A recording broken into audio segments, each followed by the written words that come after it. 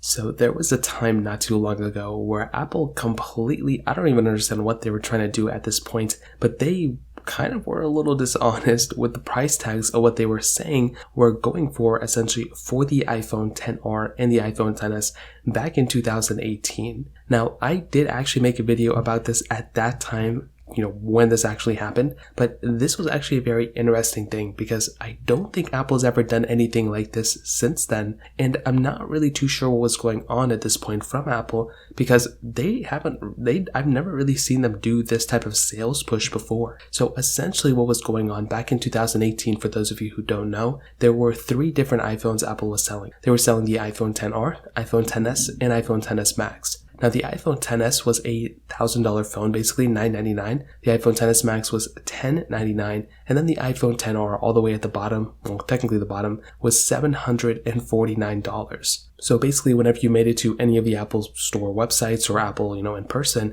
you would basically see those prices listed everywhere because that's exactly what they were. But what ended up happening was Apple pretty much went through and they just, I guess not that many people were buying these iPhones. I can, kind of see that for the XS and XS Max. The iPhone XR also didn't have the best reputation of that time, but Apple was pretty much going through and they were highlighting that these iPhones were actually being sold for $449 for the XR and $699 for the iPhone XS. Now, when I saw that and when I saw these prices, I genuinely did not understand what Apple was trying to do here because I was like, there's no way that Apple is selling those iPhones for that low of a price tag. But Apple was actually not necessarily highlighting the price tag of purchase. They were highlighting the price tag of purchase when you traded in a specific iPhone. But by looking at those banners, which I'll show on the display right now, or I probably already showed them, you would probably have a hard time believing that, is this after? Is just like what the price of the iPhones are or whatever? Because it's not substantially low where it's like unbelievable,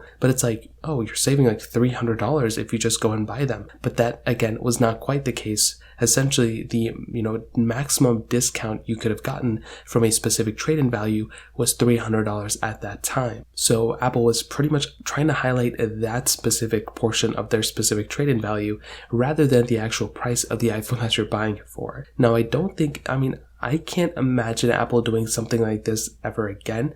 I think that was a very, very weird sales approach for them to do it. Since then, as some of us may know, the iPhone XR ended up becoming a very, very, good selling iPhone from Apple. The XS and XS Max, not so much, but I can't imagine that this was a good idea from Apple. I doubt it ended up lasting that long in terms of this one because they've removed them since then. But that was a very weird moment from Apple. And I remember back in 2018 when I made a video about this actually because it was just so weird. So in terms of that kind of covers it up. If you have any other thoughts or questions, let me know in the comment section below. Hit the like button, that'll mean so much, but definitely hit that subscribe button. More importantly than everything else, I love every single one of you guys. Hopefully I'll catch you guys in the next video. Peace out till then.